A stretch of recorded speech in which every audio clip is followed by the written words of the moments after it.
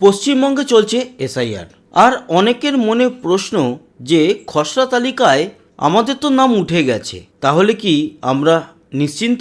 আপনাদের জানিয়ে রাখি, শুধু পশ্চিমবঙ্গে এই এসআইআর চলছে না, প্রথমেই বিহারে এসআইআর হয়ে গেছে, ভোট হয়ে গেছে, আর তারপরে সেকেন্ড বা দ্বিতীয় পদক্ষেপে পশ্চিমবঙ্গ সহ 12খানা কেন্দ্রশাসিত অঞ্চল এবং রাজ্যে এসআইআর হচ্ছে।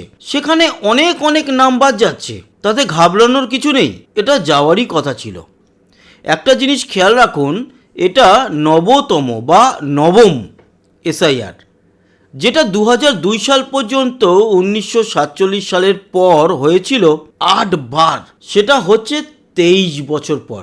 অবাক ব্যাপার না? অবাক হওয়ার কিছু নেই, এগুলো ঘটে। কিন্তু মানুষের প্রশ্ন যেটা, সেটা হচ্ছে যে এই যে এসআইআর হলো, খসড়ায় নাম তো উঠে গেল, আমি নিশ্চিন্ত হয়ে গেলাম, তাহলে কি আমাকে ডাকা হবে না? দেখুন, বিষয়গুলো এত ডিটেলে ভাবার দরকার নেই।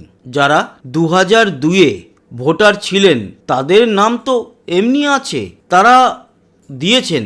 কিন্তু আমি জানি আমাদের কিছু বালখিল্য বিএলওদের জন্য দু একজনের নাম বাদ গেছে। তাদের নাম 2002-এর ভোটার লিস্টে ছিল, তাও নাম বাদ।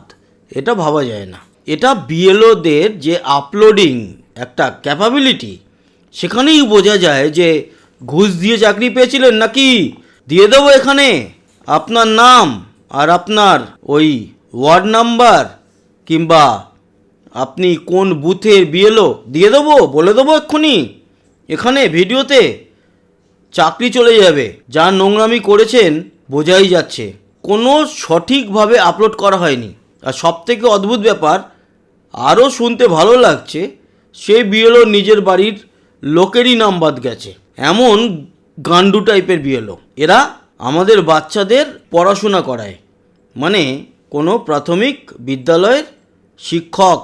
বুঝবেন না বুঝবেন সেটা আপনার পার্সোনাল ব্যাপার। এবার আসি, এই যে যা হয়ে গেছে 2 নম্বরই, এবার ডাকা হবে কাদের? দেখুন, প্রথমেই বলে রাখি, ডাকা তো যারা নন ভ্যাপিং করেছে তাদেরকে হবেই। 30 থেকে 31 লক্ষ লোককে ডাকা হবে। তাদের জন্য পুরো তৈরি হয়ে গেছে সিস্টেম, বিএলও অফিস এবং বিডিও অফিস, সমস্ত কিছুতে তাদেরকে ইনভলভ করা হচ্ছে এবং তাদের ডাকা হবে। কিন্তু তার আগে ওই 1,39,00,000 লোককে অবজার্ভ করা হচ্ছে। কি, তাদের বাড়িতে বিএলওকে পাঠিয়ে এবং তাদের সাথে আলোচনা করে যদি তার মধ্যে থেকে অন্তত বেশ কিছু লক্ষকে রিকভার করা যায়। কেন?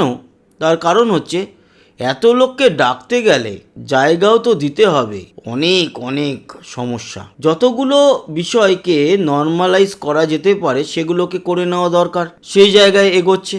সেগুলো করে দিয়ে 30 লক্ষর পরেও অন্তত আরও 50 লক্ষর মিনিমাম ডাক পড়বে। আপনাদের জানিয়ে রাখি, 1 কোটি তো মিনিমাম বাদ পড়বেই।